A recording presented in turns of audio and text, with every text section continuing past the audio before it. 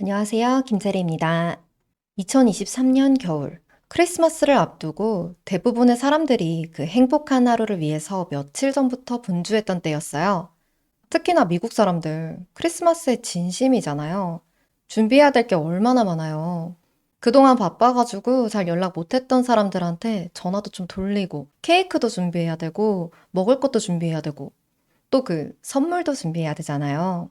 글로리아 코도바는 다른 사람보다 더 설레는 마음으로 이번 크리스마스를 준비하고 있었어요. 왜냐면 진짜 큰 선물이 기다리고 있었거든. 곧 손주가 태어날 예정이었어요. 그것도 첫 손주가요. 이름도 벌써 정해놨어. 파비안. 사실 예정일은 조금 더 일찍이었는데 진통이 오질 않는 거예요. 그래서 병원에서 유도분만을 하기로 했고 그 예정일이 12월 23일이었어요. 날이 너무 좋지 않아요? 아기 태어나면 바로 이부부터 시작해서 첫 크리스마스를 같이 보낼 수 있잖아요. 얼마나 큰 선물이 되려고 아기가 이렇게 뱃속에서부터 애를 태우나 그랬단 말이에요. 할머니가 될 글로리아도 곧 엄마가 될 글로리아의 딸 소토 사바나도 정말 너무 최고로 설레는 날들을 보내고 있었어요. 하지만 분만을 위해서 예약해 놓은 그 시간에 딸 사바나는 병원에 나타나지 않았어요. 수도 없이 전화를 했죠. 제발 부탁이니까 전화 좀 받아라. 몇 번이고 전화를 걸어봤지만 사바나는 전화를 받지 않았어요. 사바나와 함께 살고 있었던 그 남자친구에게도 수없이 전화를 했지만 연락이 되질 않았고요. 이 두 사람은, 아니 세 사람은 영원히 글로리아의 곁으로 돌아오지 못했습니다. 가족들은 최악의 크리스마스를 보내게 되었어요. 오늘 사건은요, 엮인 사람도 많고 사건도 많아요. 폭력과 살인, 그리고 마약이랑 총이 얽혀 있어요. 뱃속에 있는 아이에게는 하나같이 치명적이고 위험한 것들 뿐이죠. 사전 조사하면서부터 좀 아이의 환경이 안타깝기도 하고, 좀 다른 결말이 날 수도 있지 않았나? 이런 생각이 정말 여러 번 들었지만, 그런 건 최대한 자제하고 밝혀진 사실까지만 전달드리려고 노력해 볼게요. 그럼 사건 이야기 바로 시작해 볼게요. 사실 사바나랑 연락이 되지 않았던 건 병원 예약일 전날부터였어요. 글로리아는 걱정되는 마음에 계속 사바나를 찾아다녔고요. 아니, 당장 내일 병원 가가지고 아이를 낳기로 되어 있는 그 만삭의 산모가 어딜 가겠어요. 심지어 사바나는 아직 20살도 안 됐어요. 이제 18살이 막 됐고 이번이 첫 임신이었단 말이에요. 상식적으로 어디 멀리 갈 리가 없잖아. 사바나와 남자친구인 매튜 기에라는 텍사스주 레온밸리에 있는 아파트에서 함께 살고 있었어요. 매튜가 사바나보다 3살이 많았고 사실 결혼만 안 했다 뿐이지 그냥 부부나 다름없었어요. 두 사람은 이제 태어날 아이를 엄청 기대하고 있었단 말이에요. 아기 방도 다 꾸며놨고요. 육아용품도 다 사놓고 벽에는 아기 초음파 사진도 걸어놓고 그냥 얼른 건강하게 만나기만을 기다리고 있었어요. 그러니까 당연히 사바나가 연락을 안 받으니까 남자친구 매튜한테도 계속 연락했죠. 이건 사바나의 가족도 그랬지만 매튜의 가족도 마찬가지였어요. 지금 두 사람 다 나란히 연락을 안 받는 거죠. 글로리아는 처음부터 뭔가 잘못됐다고 느꼈어요. 지체하지 않고 바로 경찰에 전화를 해서 딸이 괜찮은지 웰빙 체크를 해달라고 요청했어요. 물론 지금 산모가 사라진 상황이라는 그 특수성도 있지만 글로리아가 걱정을 놓지 못하고 경찰에 바로 전화부터 한 데에는 좀 그럴 만한 이유가 있었어요. 매튜가 사바나를 폭행한 전적이 있었거든요. 한두 번도 아니었어요. 시기도 글로리아가 막 불안해할 만한 시기였어요. 그때가 딱 1년 전 이맘때였거든요. 2022년 1년 전 크리스마스에 경찰이 두 사람이 사는 집으로 출동했어요. 매튜가 사바나를 심각하게 폭행해서 그 자리에서 바로 체포되는 일이 있었습니다. 이 폭행 사건으로 매튜가 실형을 살지는 않았어요. 하지만 벌금과 집행유예 및 보호관찰 1년을 선고받았어요. 이게 선고된 게 2023년 6월이라서 당초에는 보호관찰 기간이 2024년 6월까지였으니까 이게 사바나가 사라졌을 때도 아직 보호관찰 기간 중이었어요. 뭐 그렇게 경찰서 한번 갔다 오고 나서 이 매튜가 완전 새 사람이 됐으면 좋았겠지만 예상되시죠? 그러지 않았습니다. 매튜의 폭행은 사바나가 임신을 한 뒤에도 계속됐다고 해요. 사바나의 가족들 입장에서는 매튜의 문제들 중에서 그게 제일 치명적인 일이었지만 매튜는 그거 말고도 제 집 바깥에서도 문제를 일으켰어요. 불법 무기 소지, 상해, 또 경찰이 쫓아오는데 거기서 그냥 도망쳐가지고 체포 회피까지. 이게 폭행 사건 이후에 그 보호관찰 기간 안에 일어난 일이었기 때문에 보호관찰 기간이 당초보다 더 늘어날 수밖에 없었어요. 그래서 2025년 2월까지 그 기간이 늘어났습니다. 그래서 가족들은 그냥 사바나에 관련된 일이라고 하면 항상 더 예민하게 받아들일 수밖에 없었어요. 거기다가 이제 아이까지 임신하고 나서도 사바나의 몸에 자꾸 멍자국이 보이니까 가족들은 더 걱정되기도 하고 나중에 가서는 화를 내기도 했어요. 이럴 거면 그냥 헤어져라. 계속 이렇게 살 거냐? 갈라서라. 이렇게 얘기도 해봤는데 이 두 사람은 그래도 함께이길 바랬어요. 헤어지는 것보단 그냥 둘이 같이 살겠다고. 여기 이 결정에서 가장 중요한 사람인 정작 그 가정폭력 피해자인 사바나가 매튜와 계속 함께하겠다고 결정했어요. 당사자가 그렇게 말하는데 뭐 어떡해. 그저 매튜가 정신 좀 차렸으면 좋겠다. 그렇게 바라면서 양쪽 가족 모두 태어날 아기를 기대하고 이렇게 기다리고 있었다고 해요. 이 감정은 사바나네 가족도 매튜네 가족도 똑같았어요. 근데 하필이면 또 이 크리스마스를 앞두고 지금 사바나가 연락이 안 되네? 진짜 혹시 뭔 일이라도 난 거 아니야? 이런 생각이 진짜 안 들 수가 없죠. 글로리아가 어떤 기분으로 경찰에 전화부터 했을지 좀 아시겠죠? 뭔가가 잘못됐다는 그 불길한 예감이 계속 들었던 거예요. 글로리아의 웰빙 체크 요청을 받은 경찰은 두 사람이 함께 살고 있는 그 아파트에 방문했고 문을 두드렸어요. 하지만 아무 반응이 없었습니다. 근데 겉으로만 집을 봤을 때 집에 강제로 누가 침입하는 적은 없었대요. 그래서 그런지 경찰이 이때 집 안에 강제로 들어가 보진 않았어요. 그냥 가족들한테 두 사람이 집에는 없는 것 같은데 보니까 막 뭐 크게 걱정할 일은 없는 것 같아요. 저희 조금 더 기다려보죠 하고 일단 넘어갔다고 해요. 그게 애초에 어떤 범죄에 대한 신고가 아니라 단순한 웰빙 체크 요청이었고 두 사람이 연락이 안 된 지 그렇게 막 오랜 시간이 지나지 않은 상황이었잖아요. 그러니까 만 하루도 안 지났어요. 그래서 강제로 수색할 근거가 없었기 때문에 그 정도 확인 차원에서 넘어간 것 같아요. 글로리아는 그 다음날 예약되어 있는 병원에 혹시나 사바나가 먼저 입원한 건 아닐까 싶어가지고 병원에도 연락을 해봤지만 사바나는 없었어요. 모든 가족들은 이 사바나네 가족이 안전하기만을 간절히 기도했어요. 잠 못 드는 밤을 보냈고 다음날 오후 6시 반 스톤오크 병원 앞에 그냥 아무 일도 없었다는 듯이 나타나 주길 바랬죠. 하지만 예약 시간이 지나도 사바나도 매튜도 나타나지 않았어요. 글로리아는 다시 전화를 들어서 911에 이번에는 실종 신고를 했습니다. 경찰도 돌아가는 상황을 듣고 이게 심상치 않다는 걸 파악하고요. 바로 수색에 나섰어요. 그날부터 가족들의 악몽이 시작된 거예요. 온 가족들이 다 나서서 사바나의 아파트 주변, 사바나나 매튜가 갈 만한 곳, 온 동네 모든 곳을 돌아다니면서 찾기 시작했어요. 실종자 전단지를 온 군데에 붙였고 지나가는 사람들마다 붙잡고 혹시 이 여자애 못 보셨냐고 그렇게 물었어요. 그날 밤엔 글로리아가 페이스북에도 글을 올렸어요. 사바나를 보신다면 저에게 연락해 주세요. 사바나의 안전이 걱정됩니다. 하지만 크리스마스 때까지 사바나와 남편 매튜는 어디에서도 발견되지 않았어요. 목격담도 없었고요. 경찰은 사바나가 아주 긴급한 위험에 처해 있다고 보고요. 실종자 경보를 발령했어요. 당연히 이 두 사람이 살던 아파트도 수색을 했단 말이에요.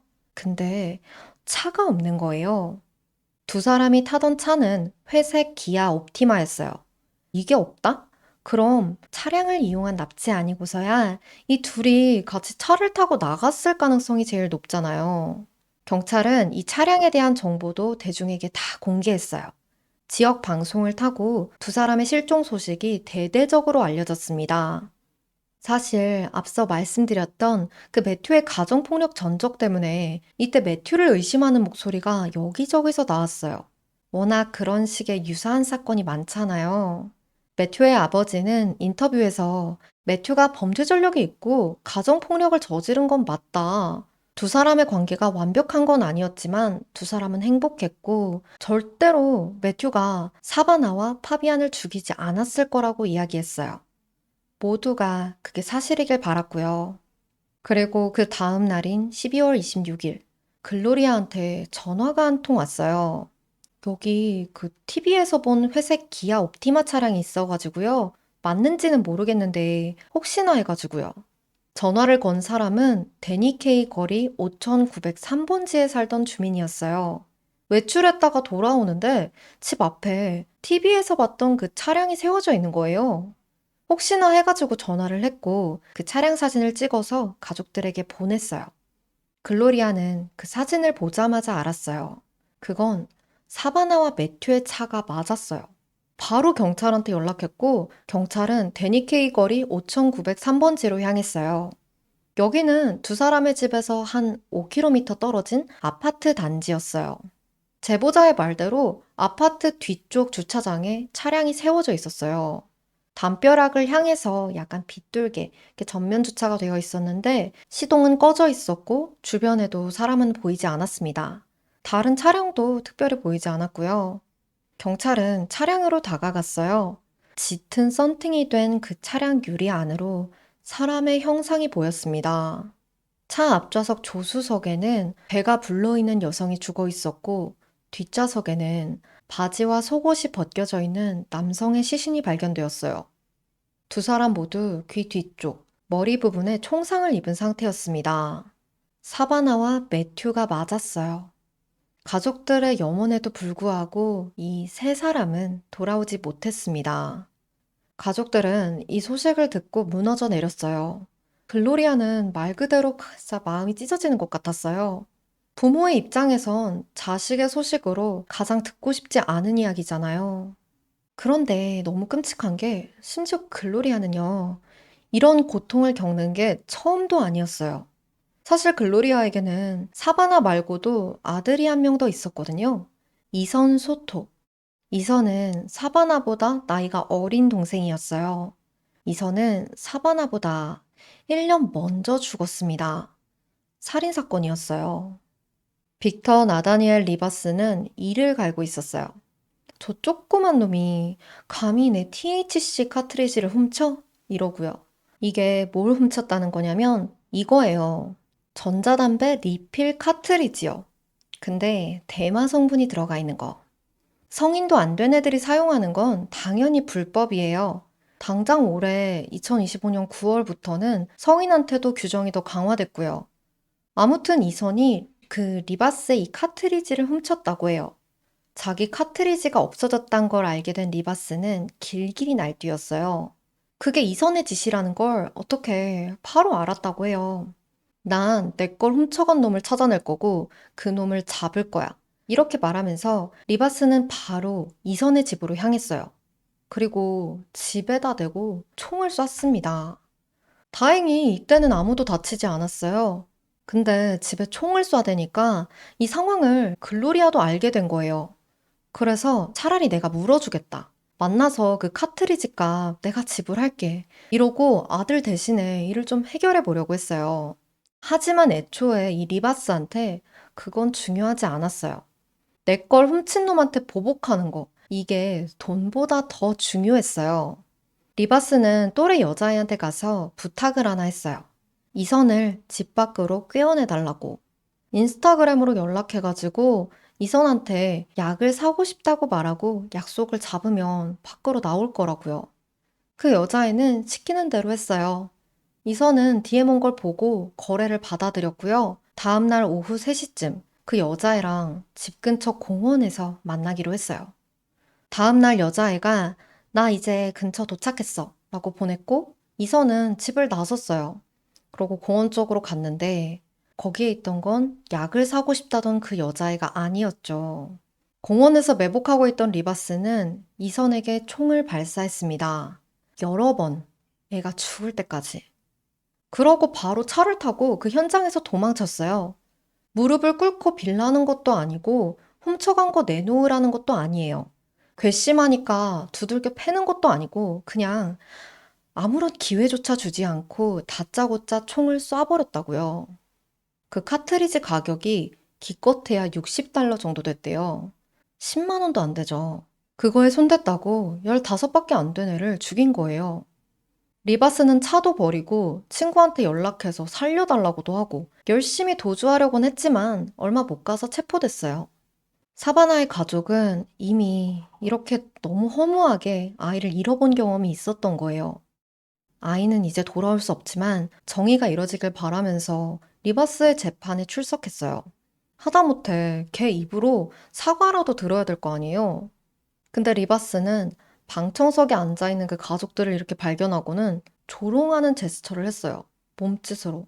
가족들은 분개했고 그 재판장을 나누는 나무 울타리가 있었거든요. 그걸 넘어가서 리바스를 주먹으로 두들겨 팼어요.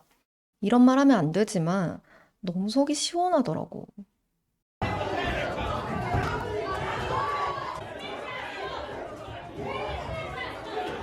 결국 리바스는 40년형을 선고받았어요.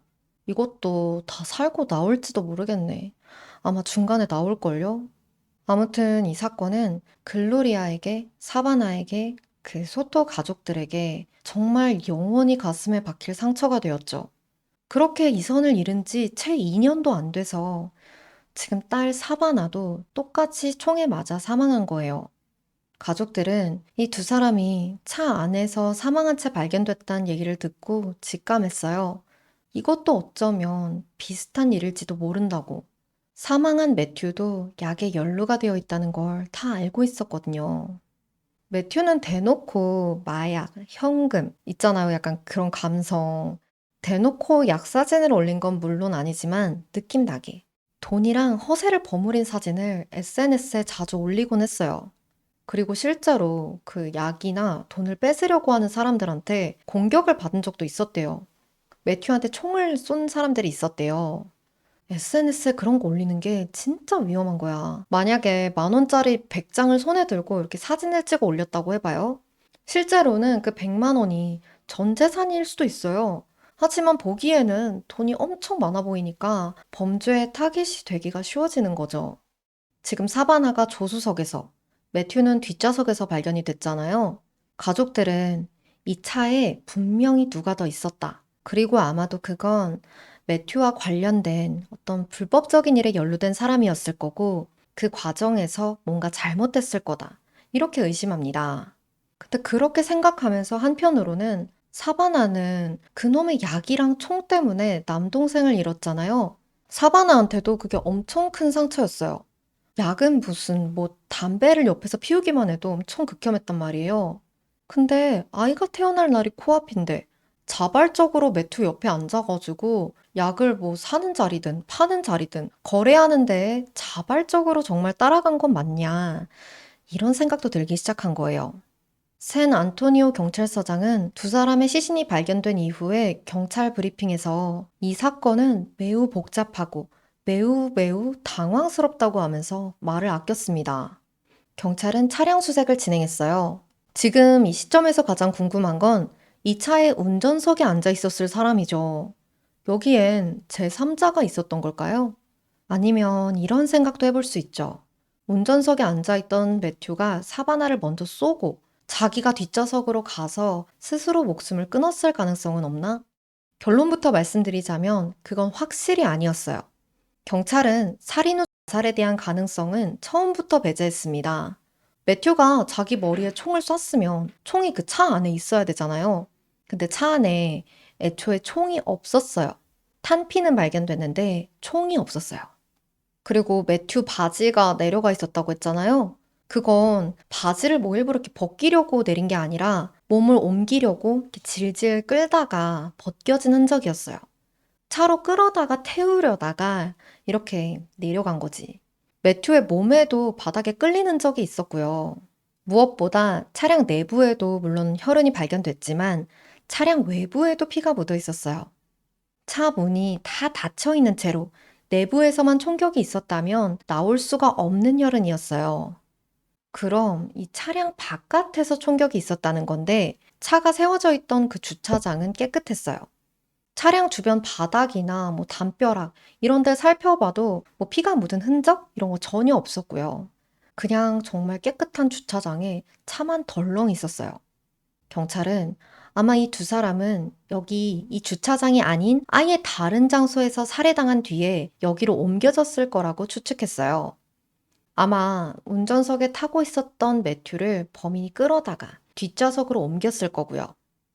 이 아파트 주차장에 다행히 CCTV가 있어서 그걸 확인해 봤어요. 기아 옵티마 차량은 5일 전 12월 21일에서 22일로 넘어가는 그 자정 가까운 시간에 이 주차장에 들어왔습니다. 근데 거의 비슷한 시간에 같이 들어온 차량이 있었어요. 어두운 색 쉐보레 픽업 트럭이 먼저 이 주차장에 들어왔어요. 그리고 기아 옵티마 차량이 마주 보면서 들어오죠. 누가 봐도 운전자끼리 아는 사이예요. 둘 다 지금 보면 이 야심한 시간에 라이트도 안 켜고 있어요. 픽업 트럭 문이 열리고 흰색 옷을 입은 덩치가 엄청 큰 남자가 내리죠. 저 차가 픽업 트럭이 엄청 큰 차예요. 근데 저기서 내렸는데 저렇게 보인다? 진짜 덩치가 큰 사람인 거죠. 그리고 자세히 보면 옵티마에서도 누가 내립니다. 서로 뭔가를 건네는지 잠깐 내려서 뭘 막 하다가 다시 차에 올라탄 다음 서로 지나쳐 갑니다. 지금 이 영상에서는 잘 안 보였는데 픽업 트럭에서 내렸던 남자는 다시 차에 타기 전에 옵티마 차량 그 손잡이 있잖아요. 그걸 수건으로 닦았대요. 지문을 안 남기려고. 두 차량은 아파트 뒤편으로 이동했고 옵티마 차량만 남겨둔 채 이 아파트를 빠져나갔어요. 그 옵티마 안에 있던 사람도 픽업 트럭을 같이 타고 이렇게 나간 거예요. 이때 옵티마에서 내렸던 남자는 매튜가 아니었어요. 인상 차기가 매튜랑은 완전히 달랐어요. 이때 이미 매튜랑 사바나는 사망한 채로 차에 실려 있었던 거예요. 지금까지 밝혀진 단서로만 보면 범인은 두 사람인 것 같죠? 대체 그날 밤 이들 사이에 무슨 일이 있었길래, 그리고 그게 얼마나 대단한 이유였길래 홀몸도 아닌 이 임산부까지 죽여야 됐었던 걸까요? 차량 안에서 매튜와 사바나의 핸드폰도 발견됐어요.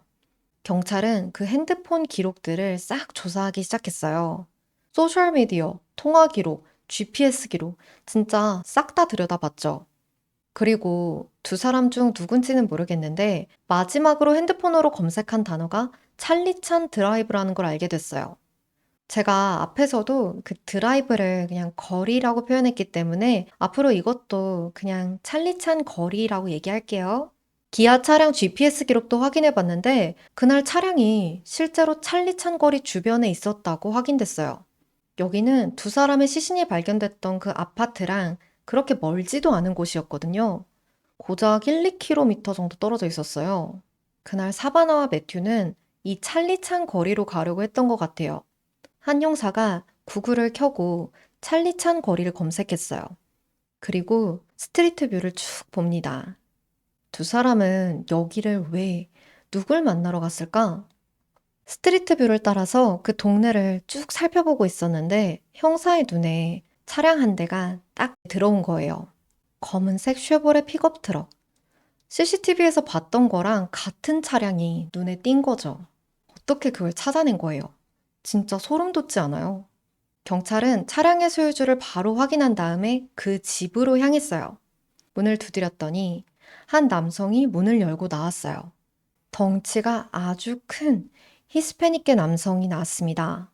그의 이름은 라몬 프레시아도입니다. 라몬은 경찰들이 이렇게 찾아온 걸 보고 놀라지도 않았어요. 왜 저희 집에 오셨는지 압니다. 라면서 경찰들에게 순순히 이야기를 털어놨어요. CCTV에 나온 그 픽업 트럭에서 내린 남자는 자기가 맞다고. 근데 자기는 매튜도 사반나도 죽이지 않았다고. 라몬은 그 두 피해자들의 시신을 숨기는 걸 도와준 게 맞다고 인정하면서 진짜 살인범이 누군지를 밝혔어요. 바로 자기 아들 크리스토퍼 프레시아도라고요. 이 프레시아도 부자는 나란히 체포되었습니다. 아들은 매튜 기에라와 사바나 소토, 그리고 아직 태어나지 못한 파비안을 살해한 혐의로 기소되었고, 아버지는 증거 은닉 및 수사 방해 혐의로 기소되었어요. 아직 세상에 태어나 보지도 못한 아기와 그 부모를 살해한 혐의로 체포된 게 또 아들과 아버지인 거예요. 두 사람이 체포될 때 기자들이 엄청나게 몰려들어서 질문을 퍼부었거든요. 피해자들에게 미안하지 않으세요? 왜 모든 가족을 하필 크리스마스에 없애야 됐나요? 후회하시나요? 라몬은 기자들의 질문엔 처음에는 그냥 묵묵하게 지나치다가 감정을 꾹꾹 담아서 한마디 했어요. 당신들은 거짓말하는 게 미안하지도 않아요? 당신들 무슨 일이 있었는지도 모르잖아요. 그냥 항상 그랬듯이 말을 만들 뿐이지. 기자들이 뭔 말을 만들어낸 건진 모르겠는데 살인한 아들 도와준 혐의로 잡혀가면서 할 말은 아니지 않나? 아무튼 피해자들이나 그 가족들한테 미안하다는 얘기는 한마디도 하지 않았어요. 크리스토퍼는 기자들한테 아예 그냥 아무 대답도 하지 않았고요. 그냥 경찰차에 탔어요. 이 프레시아도 부자는 사반나 매튜 부부와 무슨 사이였을까요? 가족들은 범인 체포 소식을 듣고 한시름 놓긴 했지만 정작 그 두 사람이 누군진 몰랐어요. 라몬은 에어컨 시공 수리 일을 하는 사람이었어요. 그 동네에 산 지도 오래됐고요. 라몬에게는 아이가 셋 있었어요. 첫째랑 둘째는 성인이 된 지 오래라서 이미 독립해서 집을 떠났고요. 19살인 막내 크리스토퍼만 아직 이 부부와 함께 살고 있었어요.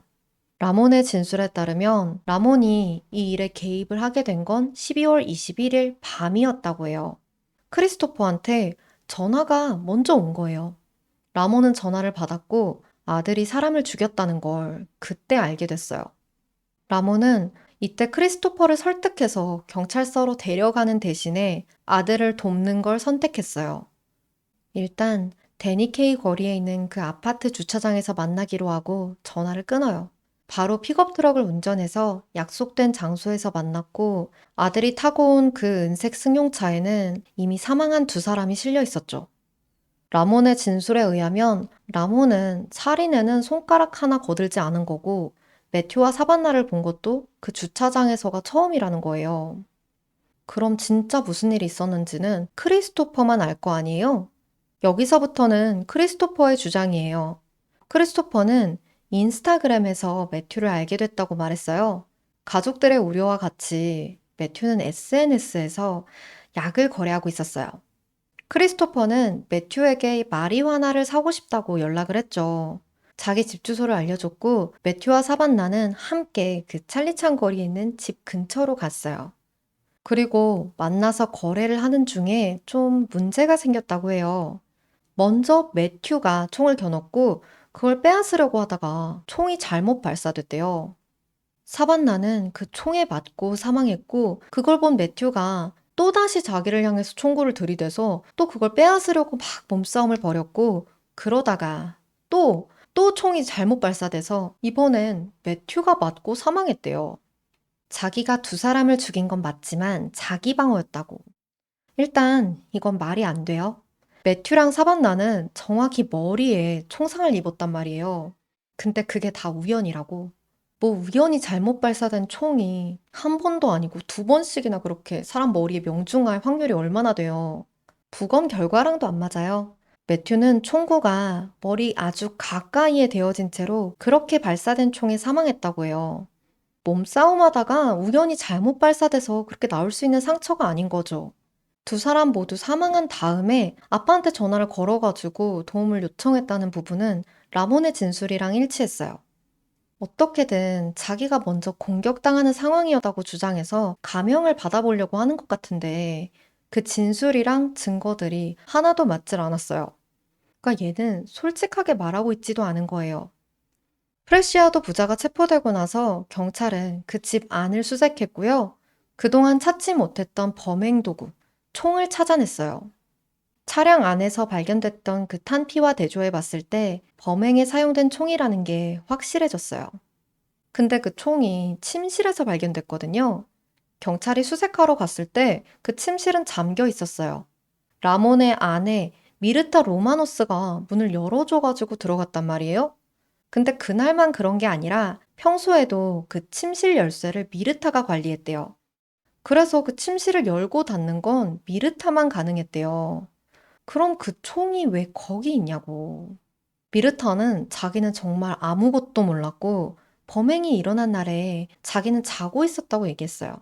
그 몇 시인지도 잘 기억이 안 나고 그냥 잤다고. 그 총은 나중에 가족이 건네주기에 그냥 침실에 갖다 넣어둔 것뿐이래요. 하지만 CCTV는 다른 이야기를 하고 있었어요.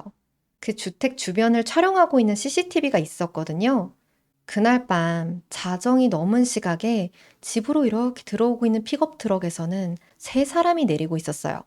로만, 크리스토퍼, 그리고 미르타. 미르타는 차에서 함께 내려서 이 두 사람이랑 같이 트럭에 실려있던 뭔가를 정리하고 내렸어요. 그리고 그 아파트 주차장에서도 미르타는 트럭에 타고 있었어요. 아까 보여드렸던 영상인데요. 보시면 갑자기 차 안에서 수건이 튀어나오죠. 누가 던진 것처럼. 아들이 저지른 살인을 엄마랑 아빠가 같이 도와서 은폐하려고 한 거예요. 2024년 1월 10일, 그렇게 미르타 로마노스도 증거 은폐 혐의로 체포되었습니다. 로만이랑 거의 혐의가 같다는 걸 봐서는 처음부터 같이 움직인 것 같아요. 이 사건은 사실 거의 2년 전 일인데 아직 재판이 시작되지도 않았어요. 크리스토퍼가 거짓말을 한 건 확실한데 세 사람이 어떻게 살해된 건지는 아직 확실하지가 않아요. 범행 장소가 어딘지도 살짝 애매해요. 그 아파트 주차장은 아니고 크리스토퍼의 집 바로 앞도 아닌 것 같아요. 집 앞이었으면 CCTV에 범행 당시 그 뭐든 찍혔을 거 아니에요.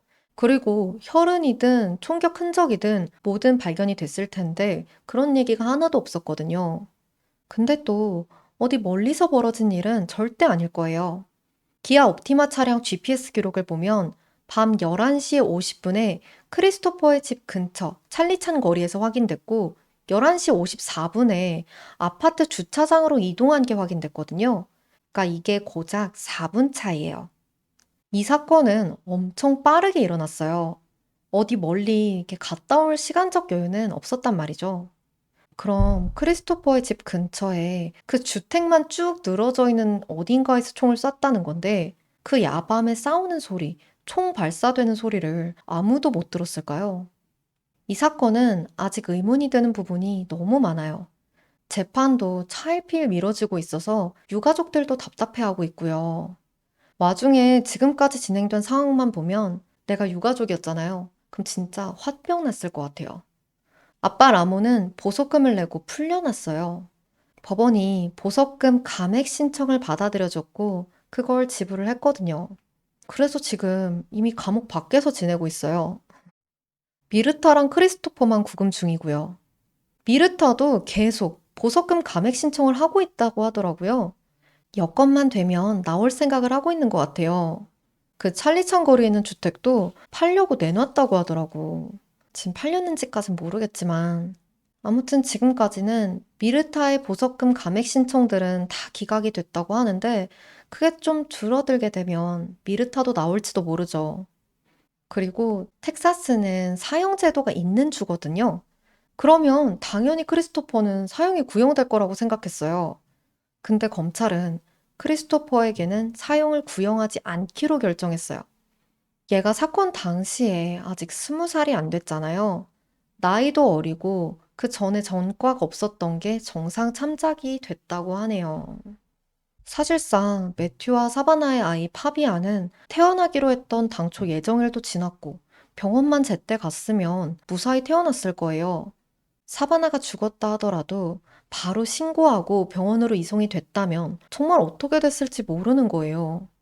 사바나가 임신 중이라는 건 사바나를 봤다면 모를 수가 없어요. 근데 온 가족이 합세해서 경찰이나 병원에는 알리지도 않고 시체를 숨겨놓고 그저 경찰이 찾아오지 않기만을 그냥 바라고 있었던 거잖아. 나중에라도 양심에 찔려서 경찰을 찾아간 게 아니잖아요. 근데 최고형인 사형이 구형조차 안 됐다는 게 받아들이기는 쉽지 않죠. 사바나와 매튜 가족들이 법원 앞에 모여서 최소한 사형만이 진정한 정의라면서 범인이 대가를 치르게 해달라고 목소리를 높였지만 검찰은 입장을 바꾸지 않았습니다. 유가족들은 라몬은 이미 보석으로 풀려났고 미르타도 곧 보석으로 풀려날 예정 아니냐면서 정의가 실현되지 않고 있다고 느낀다고 말했습니다. 원래 미르타와 라몬의 재판도 올해 5월경으로 예정이 되어 있었대요. 근데 계속 이 보석금 감액 신청이다 뭐다 하면서 중간중간에 절차가 늘어나니까 재판이 계속 미뤄졌다고 해요. 그래서 아직 세 사람 모두 재판을 받지 않았고요. 일정도 구체적으로 잡혀 있지 않은 상황입니다. 하루빨리 재판이 진행돼서 가족들이 더 큰 고통을 받지 않게 되길 바래요. 매튜의 가족들은 안 그래도 매튜가 초반에 범인으로 몰렸잖아요. 그래서 내 가족이 사라졌는데도 온전히 그 걱정만 하지도 못하고 계속 담담하게 해명을 해야 됐어요. 정말 그동안의 맘고생도 이루 말할 수가 없었을 거예요. 매튜의 아버지는 내 아들이 비록 완벽한 사람은 아니었지만 그 누구도 살해당할 권리가 있지 않다고 말했어요. 말 맞다나 매튜가 어떤 인생을 살아왔는진 이 사건에서 전혀 중요하지가 않죠. 그 잔혹한 살인사건에 연관된 사람들이 마땅한 처벌을 받기를 바랍니다. 오늘 사건은 여기까지고요. 제 얘기 더 궁금하시다면 좋아요, 구독, 댓글까지 부탁드릴게요. 다음 주에는 또 다른 얘기로 돌아오겠습니다. 다음에 봐요.